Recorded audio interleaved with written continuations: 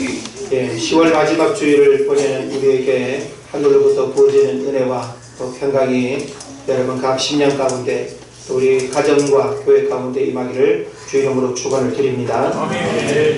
예전에 여러분이 한 번쯤 보셨을 영화 중에 해운대라고 하는 영화를 한 번 생각하시면 좋겠습니다.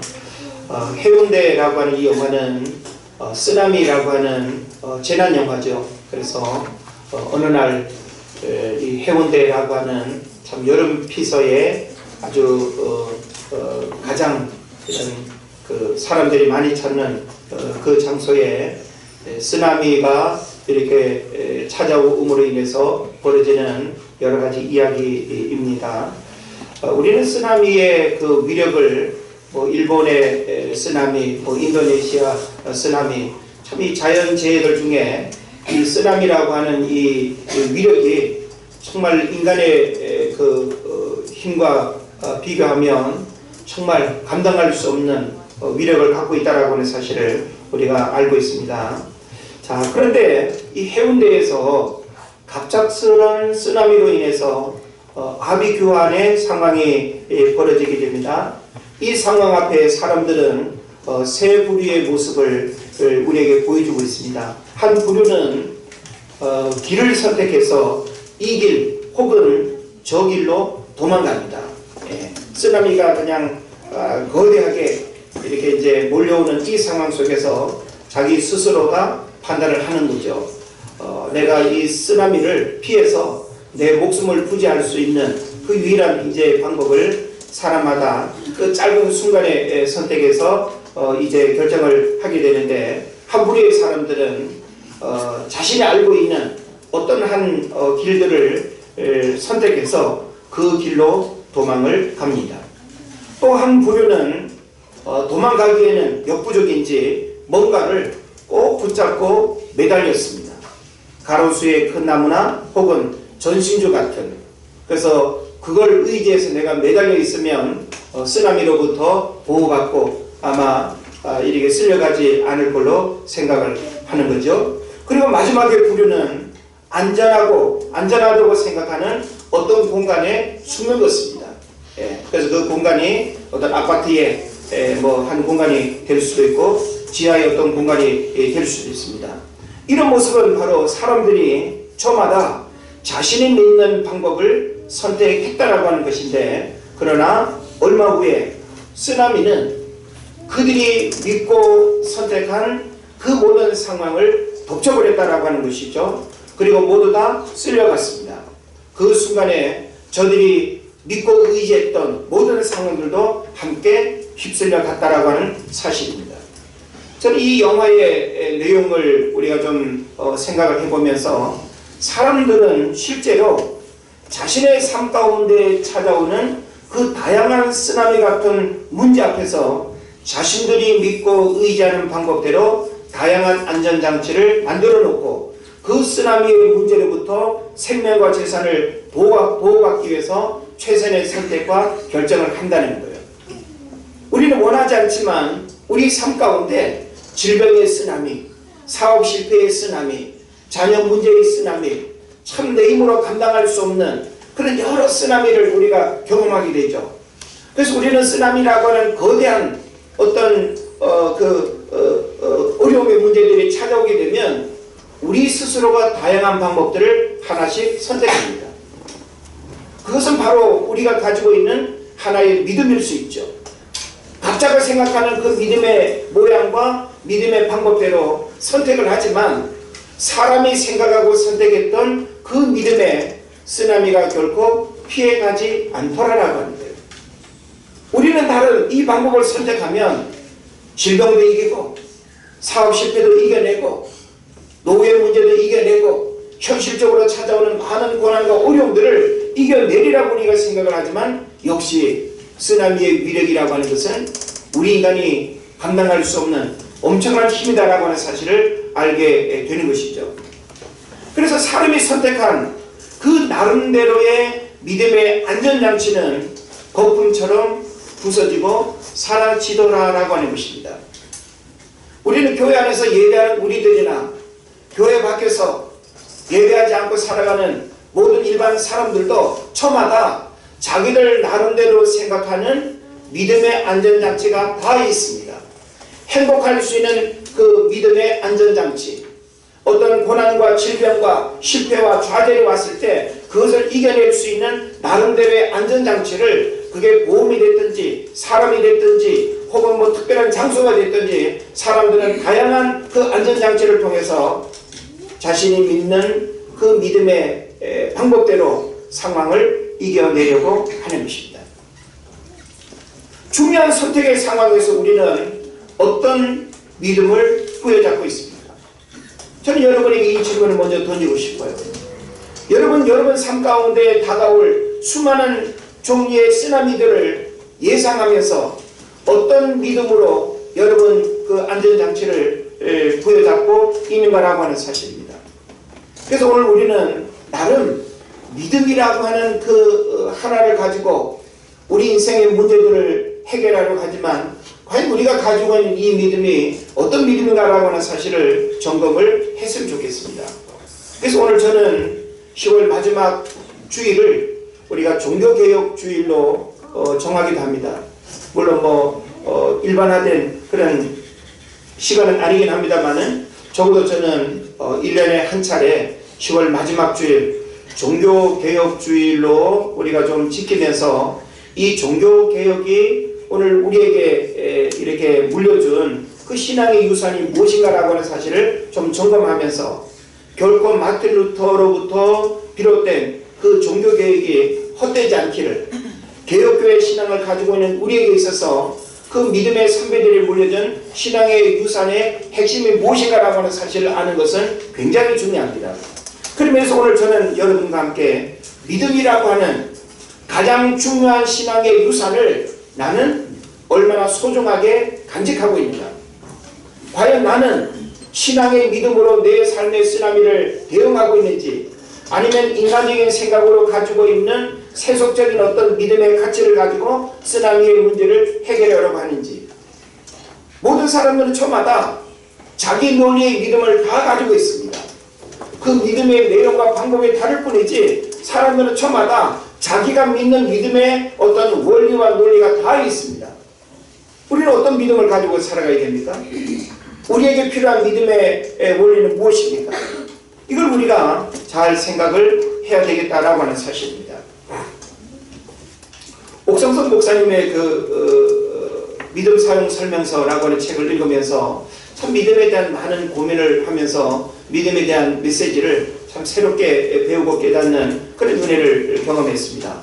그 책가로 보게 되면 믿음에 대한 이야기를 하면서 신약 성경에는 믿음이라는 단어가 491번 등장한다고 합니다. 많죠? 네.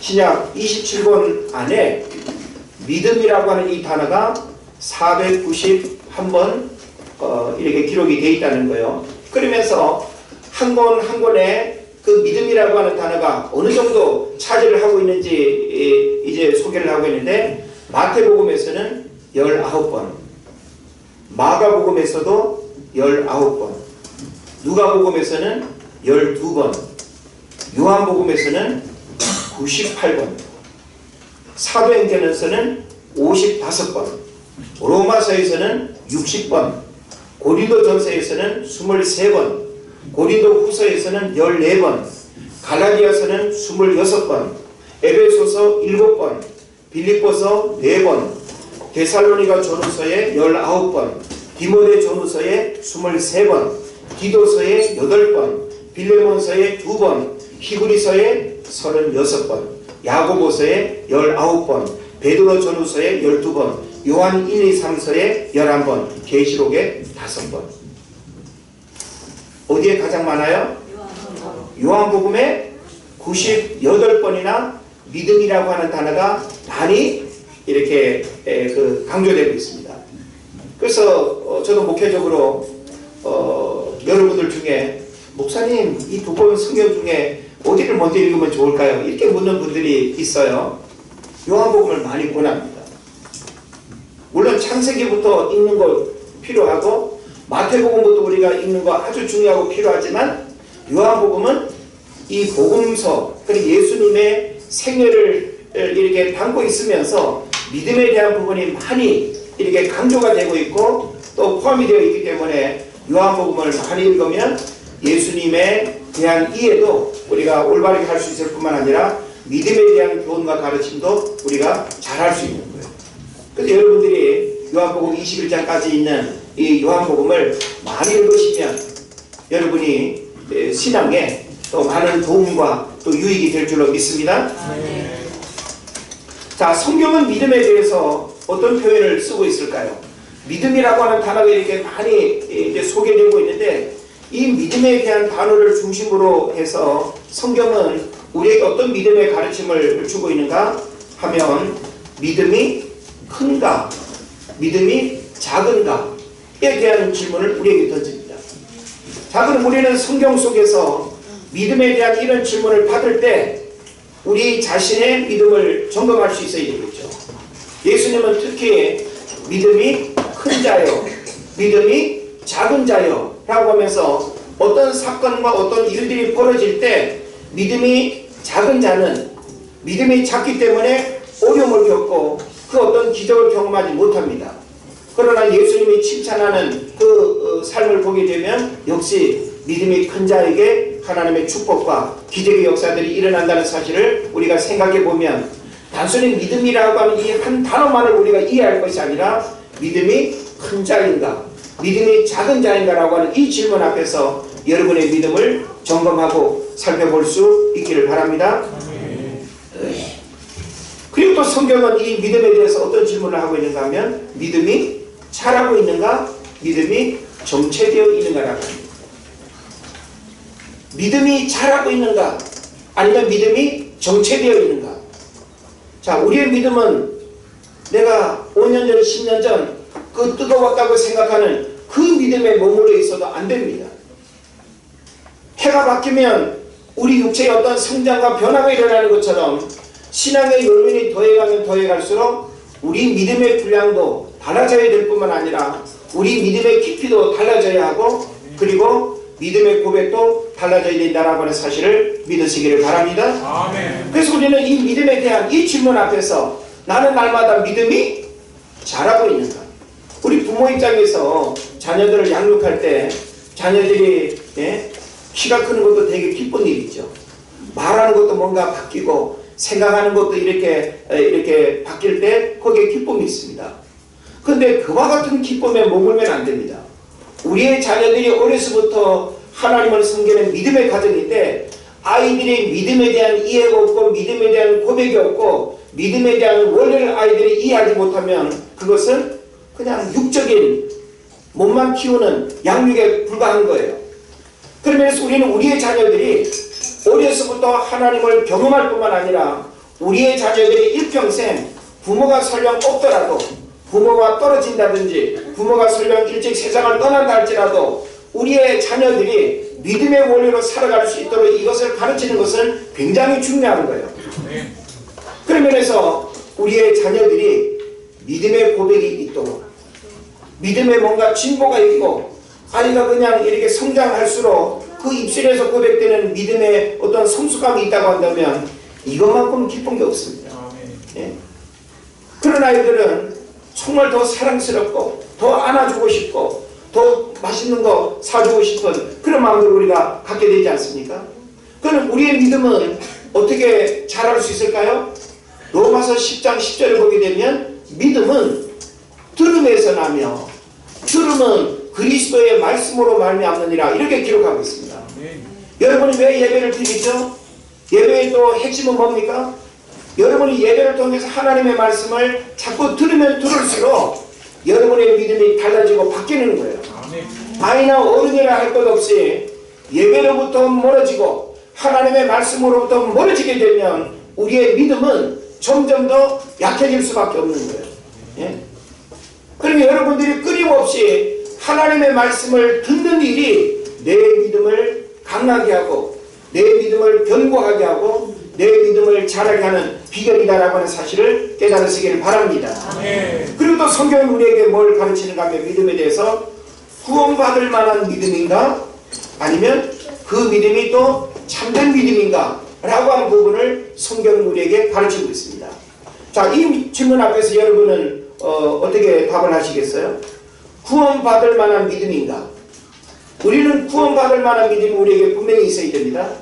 성경은 믿음으로 말미암아 구원을 얻는다고 했어요. 에베소서 2장 8, 9절에 보면 너희가 그 은혜를 인하여 믿음으로 말미암아 구원을 얻는다. 믿음 외에는 구원을 얻을 수 있는 방법이 없습니다. 어떤 대가를 지불하고 어떤 희생, 어떤 노력으로 구원을 얻을 수 있는 게 아니라 예수 그리스도를 믿는 믿음 때문에 구원을 얻는다고 성경이 말하고 있습니다.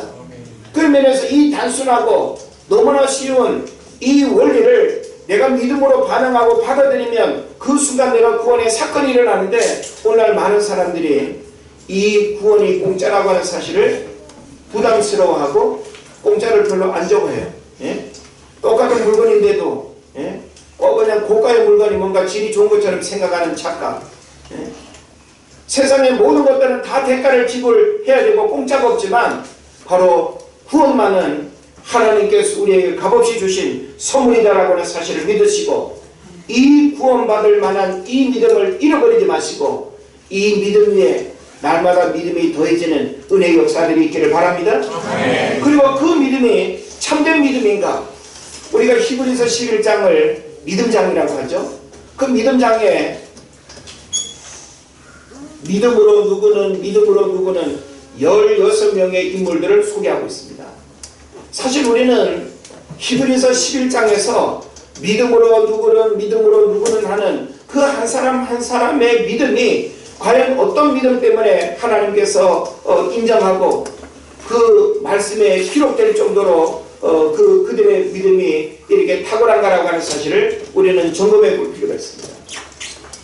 저는 여러분들도 참 하나님 앞에서 믿음으로 아무개 권사님은, 믿음으로 아무개 집사님은 우리의 믿음이 하나님 앞에 인정받을 만한 그런 삶을 살아가는 은혜가 있기를 바랍니다. 아멘. 그리고 또 성경은 우리에게 거짓된 믿음인가 아니면 믿음이 있는가 없는가라고 하는 이 질문을 또 믿음과 관련해서 우리에게 던지고 있습니다. 이렇게 성경은 단순히 그냥 명사형의 믿음만을 강조하는 것이 아니라 믿음이 가지고 있는 여러 가지 의미를 우리에게 던져줌으로 인해서 그 믿음 앞에 우리의 신앙을 점검하고 우리의 믿음이 날마다 새로워지는 그 은혜를 하나님이 원하신다라고 하는 사실을 깨달으시기를 바랍니다. 조금 전에 여러분이 잘 대답을 했습니다마는 이 시작 성경 가운데 가장 많이 믿음이 언급되는 책은 요한복음이라고 그랬습니다. 그런데 요한복음의 저자는 요한입니다. 사도 요한. 그런데 이 요한은 어떤 별명이 붙어 있는가 하면 사랑의 사도라는 별명이 붙어 있어요. 사랑의 사도. 자, 그러면 사랑의 사도가 요한복음을 썼는데 어떤 단어가 더 많이 표현되기가 쉬워요? 그렇죠. 얼마든지 또 사랑을 강조할 수 있지 않습니까? 하나님은 또 사랑이라고 하기 때문에 하나님의 사랑이 어떠한가라고 하는 사실을 얼마든지 강조하고 얼마든지 말할 수 있어요. 사랑에 대한 사건과 이야기도 얼마나 만들어낼 수 있습니까? 그런데 요한복음에 사랑이라고 하는 단어보다 믿음이 더 많이 강조되고 있다라고 하는 이 사실은 얼마나 중요한 문제인가라고 하는 사실을 우리에게 가르쳐 주고 있는 것입니다. 그래서 믿음이 강조되고 있는 이 요한복음에서 바로 이 요한복음 11장은 요한복음 중에서도 믿음에 대한 이야기가 아주 중요하게 강조되고 많이 반복되고 있다는 거예요. 할렐루야? 네. 그래서 이 요한복음 11장을 보게 되면 나사로와 그 마르다 마리아 이 3남매의 이야기가 나옵니다. 오빠 나사로가 어떻게 됐어요? 죽었죠. 자, 죽은 자가 살아난다라고 하는 것은 뭐 오늘 우리 상식으로도 있을 수 없는 일이에요. 물론 우리의 간절한 바람은 누가가 병들었다가 갑작스러운 사고로 숨이 멎었다라고 할 때 참 살아나는 역사가 일어난다면 얼마나 좋겠어요. 그러나 기본적으로 사람이 죽었다라고 하는 의학적인 사망 판단은 사람의 힘으로는 회생 불가한 겁니다. 그런 면에서 이 나사로가 죽었습니다. 이미 사흘이 지났습니다. 하루만 지나도 부패하고 썩어서 물이 나오고 냄새가 그냥 진동을 하는데 그 사망 상황에서 살아날 수 있다라고 하는 기대감을 가질 수 있습니까? 그런데 그 슬프고 괴롭고 무거운 그 상황에 예수님이 그 가정을 방문하고 그리고 슬퍼 울고 있는 마르다 마리아와 대화를 나누고 있습니다. 여기에 뭐가 지금 언급되고 있어요? 믿음이 언급되고 있다는 거예요. 그래서 죽은 나사로에 대한 믿음의 고백에 대한 대화로 고백되고 있습니다. 그래서 공간복음에서는요, 공간복음 하면은 뭐를 말하죠? 공간복음 하면 마태, 마가, 누가 요 세 권의 책을 공간복음이라고 합니다. 거기에 요한복음을 붙이면 사복음서라고 말합니다. 자, 그런데 이 공간복음에서는 믿음을 피스티스라고 하는 명사형을 많이 포함하고 있습니다. 그런데 요한복음에서는 믿음을 피스튜오라고 하는 동사형을 쓰고 있는 것에 주목할 필요가 있습니다. 그러니까 똑같은 믿음인데 명사형이 있고 동사형이 있다는 거예요. 제가 그냥 입술로 믿음 이러면 그냥 명사형이에요. 근데 제가 믿음으로 누구를 살렸다, 믿음으로 어떤 문제를 해결했다, 믿음으로 내가 무언가를 했다라고 하는 그럴 때의 믿음은 동사형이 되는 것입니다. 그리고 또 그 다음을 우리가 보게 되면 이 피스튜오라고 하는 이 단어는 피스토스, 충성이라고 하는 말로 또 이렇게 발전이 됩니다. 그래서 우리가 성경을 보게 되면 마르다의 믿음은 어떤 믿음이었는가? 바로 명사형의 믿음, 고백의 믿음이었습니다. 그렇다면 주님이 원하시는 믿음은 무엇이었을까요? 바로 돌을 옮겨놓는 믿음, 동사형의 믿음이죠. 믿는 바를 행동에 옮기는 실천적인 믿음을 요구하셨다는 것입니다. 이게 바로 오늘 우리에게 요구되는 참 믿음이다라고 하는 사실을 여러분 깨달으시길 바랍니다. 우리는 명사형의 믿음에 머물러 있으면 안 돼요. 누군가가 믿음을 이야기할 때 믿음은 이거야 저거야 머리로 이해하고 이론과 지식에 있는 한 그 믿음은 여러분의 삶에 기적이 일어나지 않습니다. 그러나 성경은 우리로 하여금 내가 알고 있고 믿고 있는 바대로 믿음대로 여러분이 행하고 순종하게 되면 그 믿음은 우리 삶의 기적을 일으키는 원동력이 된다라고 하는 사실을 여러분이 믿으시기를 바랍니다. 아멘. 신앙생활에서 가장 중요한 요소들이 많이 있지만 그 무엇보다 오늘 우리가 가장 중요하게 생각해야 할 것은 믿음입니다. 믿음은 종교개혁을 통해서 새롭게 주어진 축복의 통로가 됩니다.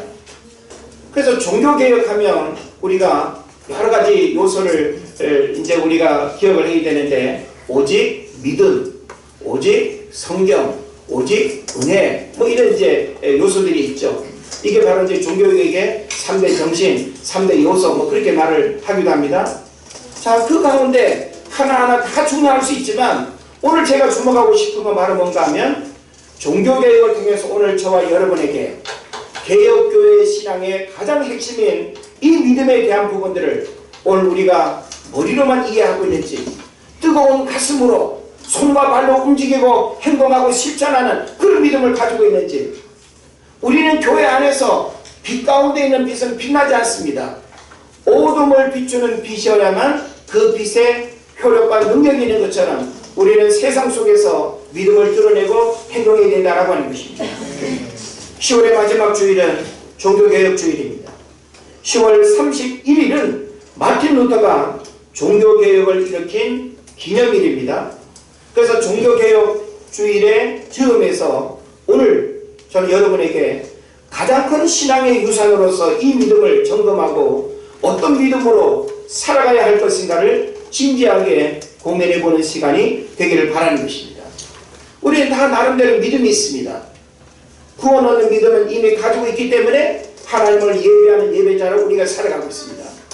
우리는 이 믿음에 머물러서는 안 된다라고 하는 사실이죠. 하나님께서 저와 여러분에게 주신 이 믿음은 구원 얻는 믿음에만 머무는 것이 아니라 구원받은 자의 삶을 살아가는 믿음으로 발전되어야 된다는 거예요.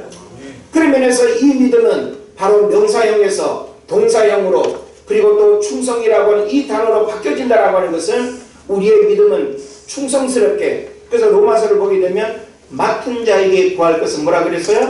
충성입니다. 이거 바로 우리의 믿음을 어떻게 구체적으로 행동하고 우리가 행동하는 이 믿음은 바로 충성스럽게 하나님 앞에 인정받아야 된다는 하는 사실을 우리에게 가르쳐 주는 것입니다. 종교개혁 이전에 믿음은 있었을까요? 없었을까요? 없었습니다. 놀랍게도 종교개혁 이전에 믿음은 없었습니다.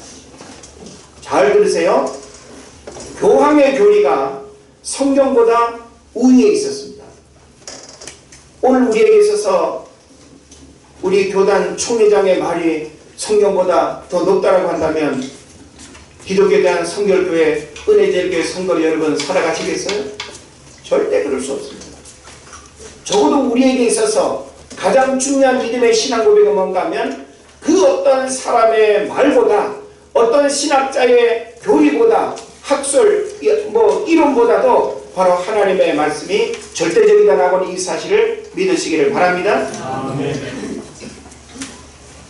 그래서 교황의 교리가 성경보다 우위에 있기 때문에 교황무호설이라고 하는 게 있죠. 교황무호설은 교황의 모든 말은 사실이고 실수가 없으며 틀림이 없다는 교리입니다. 그래서 교황이 어떤 교서를 내렸어요. 그러면 그 교서가 번복되는 일이 있을까요? 없을까요? 없습니다. 왜 그럴까요? 교황무호설 때문에. 교황의 말은 그야말로 진리고 교황의 말은 실수가 없고 그리고 틀림이 없기 때문에 한 번 지시하고 한 번 내리진 말은 번복되는 게 없어요.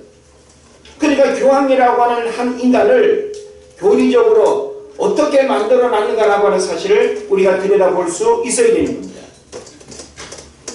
믿음보다는 선행이 더 강조되었고 마리아 숭배를 비롯한 여러 숭상 숭배, 심지어는 유골 숭배까지 캐톨릭은 오늘날도 만연해 있습니다.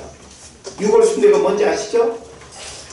베드로의 그 뼈 조각을 쪼개가지고 세계 전 지역에 아주 그 유수한 어떤 성당에 다 하나씩 한직을 하고 있습니다.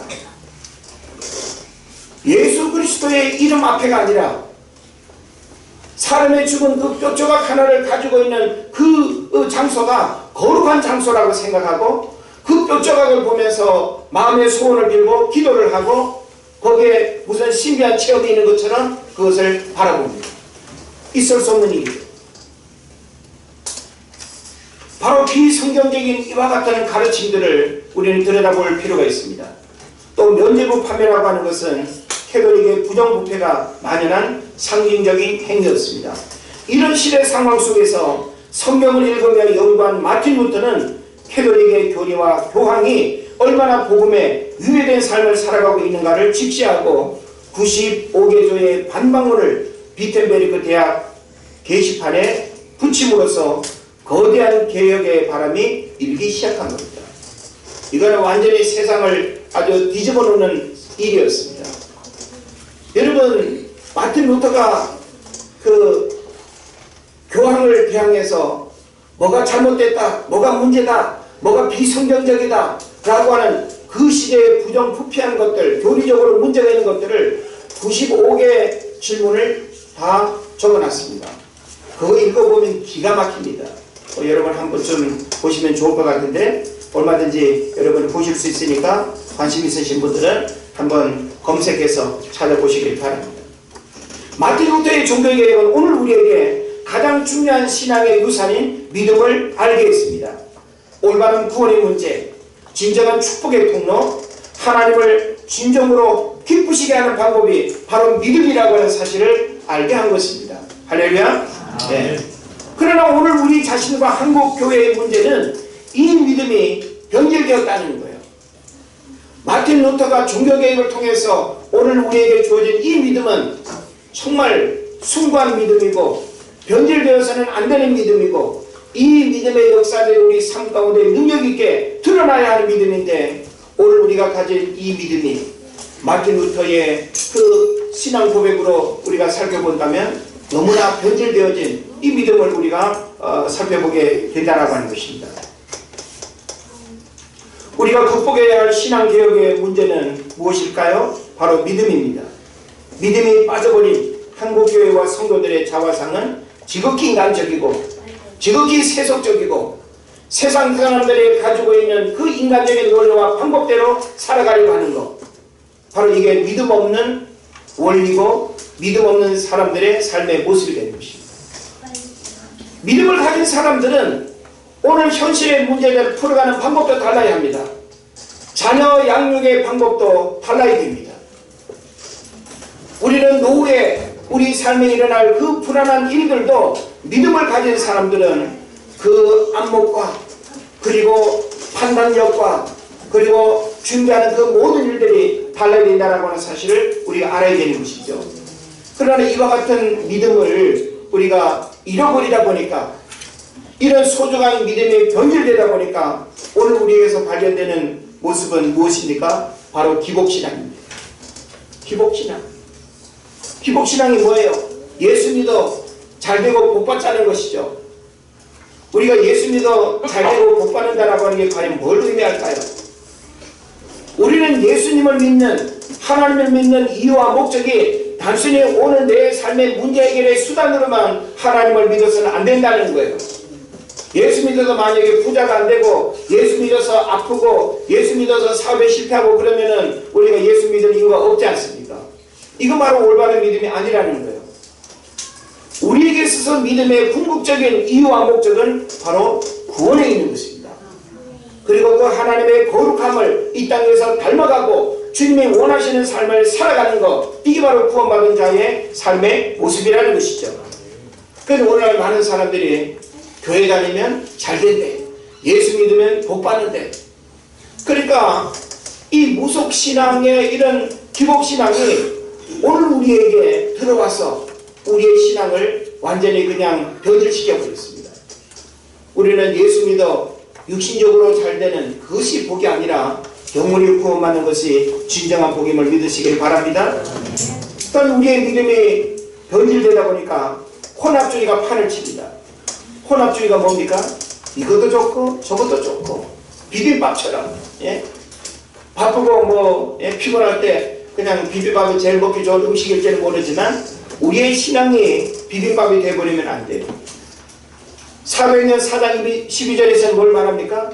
다른 이로서는 구원을 얻을 수 없나니 천하인간의 구원을 얻을 만한 다른 이름을 우리에게 준 일이 없다고 그랬어요. 다시 말하면 오직 예수 그리스도를 통해서만 구원을 받는다는 거예요. 근데 사람들은 부처님을 통해서도 정상에 올라갈 수 있고, 예?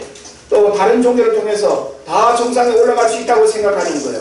그러나 구원의 길은 그렇게 등산로처럼 여러 가리를 통해서 마지막 정상에만 올라가면 되는 이런 방법을 성경에는 가르쳐 주지 않습니다.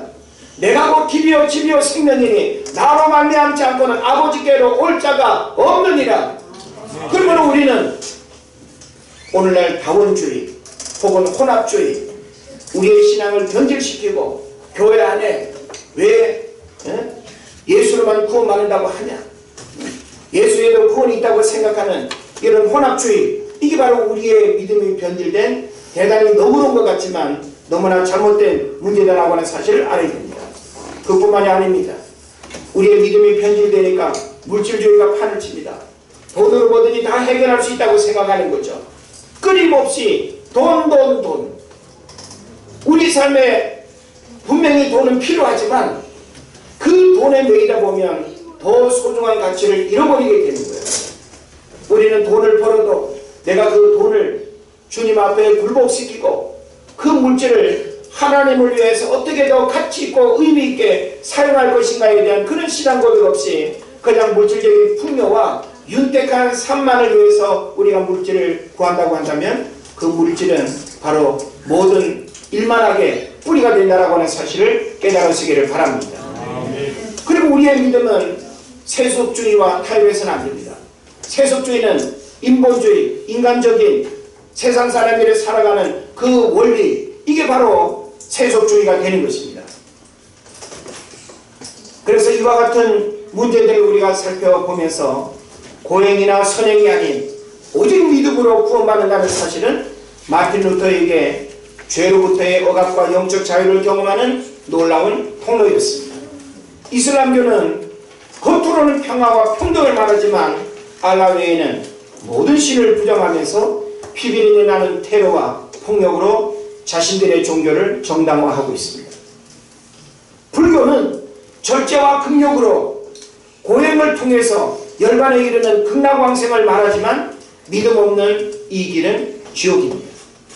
캐톨릭은 선행과 구제가 구원의 보조수단이며 믿음의 구원을 완성하는 비결이라고 하지만 성경적이지 않습니다. 캐톨릭은 죄의 문제를 해결하기 위해서 인간의 공로를 강조했습니다. 당시 그들은 면죄부를 구입하면 그 공로에 힘입어 구원을 얻을 수 있다고 가르쳤습니다. 성경이 금하고 있는 마리아 숭배나 성상 숭배들도 믿음의 행위가 아니다라고 하는 사실을 우리는 분명히 알아야 되는 것입니다. 그래서 우리는 종교개혁을 말할 때 떠오르는 이름, 바로 이 마틴 루터. 그는 독일인으로서 캐톨릭 사제였고 수도사였고 신학 박사였고 비텐베르그 대학의 성사 교수였습니다. 아버지에 의해 법률가가 되려고 공부하다가 고향을 갔다가 돌아오는 길에 갑작스런 벼락에 앞서가는 사람이 급사하는 것을 목격을 합니다. 삶과 죽음의 찰나를 경험하면서 수도사가 되고 수도원 생활을 했던 것입니다. 학생들을 가르치고 로마서에 심취해서 성경을 읽던 어느 날, 오늘 우리가 본문으로 읽은 로마서 1장 16절 17절을 접하면서 엄청난 복음의 깨달음이 하나님의 성령으로부터 임했던 것입니다. 복음에는 하나님의 의가 나타나서 믿음으로 믿음에 이르게 하나니 기록된 바 오직 의인은 믿음으로 말미암아 살리라 함과 같으니라. 이것은 그 당시 마틴 루터에게 있어서는 한 번도 접해보지 않았고 들어보지 못했고 성경을 읽으면서 이 본문에서 깨달아진 놀라운 성령의 역사였고 하나님께서 친히 조명하신 사건이었습니다. 이 말씀을 생각해 보니까 그 당시 캐톨릭이 가지고 있는 이 교리와 비성경적인 믿음이 아닌 것들이 너무나 만연해 있는 것을 보면서 이것은 아닙니다. 이것은 종교의 생명을 잃어버렸을 뿐만 아니라 믿음을 가르치지 않는 이 캐톨릭의 목숨 하나 아까워하지 않는 저항을 하게 된 것입니다. 종교개혁 당시 대도시에서도 라틴어를 모르는 사람들이 95% 정도였고 사제들만 성경을 소유하고 읽을 수 있었습니다. 그러다 보니까 예배는 의식에 치우치고 믿음 없는 행위가 강조되었죠. 그래서 루터는 성경을 독일어로 번역했고 인쇄소를 통해서 성경을 보급함으로 인해서 사제들만이 아닌 일반 신자들과 진리를 공유하게 되었고 교황의 말이 성경과 다르다는 사실을 발견하게 됐습니다. 이러면서 유럽에 새로운 개혁교회들이 등장하면서 종교개혁의 그 여파는 유럽의 문화를 바꿨고 역사를 바꿨고 놀라운 일들이 일어났던 것입니다. 그래서 종교개혁은 뭔가를 잘해보자, 새롭게 해보자 라는 취지가 아니었습니다. 오히려 본질로 돌아가자, 근본으로 돌아가자, 이게 바로 종교개혁의 아주 중요한 요소였다는 거예요. 그래서 이 독일어로 아드폰테스 한번 따라합시다. 아드폰테스. 이 말은 뭔가 하면 본질로 돌아가자, 근본으로 돌아가자. 예? 오늘 우리에게 있어서는 믿음 비스무리한 것들을 다 제거하고 순수한 믿음으로 돌아가는, 근본으로 돌아가고 본질로 돌아가는 이 믿음의 회복의 역사들이 오늘 우리에게 있어야 될 줄을 믿습니다. 오늘날 많은 사람들이 믿음을 위장합니다. 믿음을 인간의 이성적 논리로 합리화시키고 변질시켰습니다. 오늘 우리는 믿음을 말하면서 진짜 믿음이 아니고 믿음을 이야기하면서 성경적 믿음의 원리가 아닌 이와 같은 문제들 앞에서 정말 주님이 우리에게 가르쳐 주시는 믿음, 마틴 루터를 통해서 우리에게 보여준 그 믿음이 무엇인가를 여러분이 깨닫고 명사형의 그 믿음에 머물리는 것이 아니라 동사형의 행동하는 믿음, 실천하는 믿음, 그리고 듣고 믿고 보고 배운 바를 실제의 삶 가운데 행동하는 그런 믿음으로 하나님 앞에 영광 돌리시기를 바랍니다. 아멘. 믿음은 이론과 지식이 아니고 입술의 고백에 머물러서도 안 됩니다. 하나님의 말씀을 통해서 믿어지고 깨달아지고 확신이 서면 행함으로 순종하고 실천하는 것이 믿음이라는 것입니다. 믿음의 선배들은 이 믿음을 지키기 위해서 수많은 핍박과 고난을 겪어야 했습니다. 이성적 논리가 나를 정당화시키고 세상적 논리와 방법이 문제 해결의 비법이 아니라 말씀과 믿음의 원리가 삶의 기준이 되는 삶을 살아가야 할 것입니다. 이 믿음의 유산은 다음 세대로 이어져야 합니다. 그리고 이 믿음은 사람을 변화시키는 능력이 있다라고 하는 사실을 오늘 성경에서 우리는 분명히 확인했습니다. 하나님이 우리에게 주신 이 믿음을 날마다 새롭게 하고 이 믿음이 기적을 일으키는 통로가 되어서 진정한 축복의 주인공으로 살아가는 여러분 되시기를 주의 이름으로 축원을 드립니다. 아멘. 기도하겠습니다.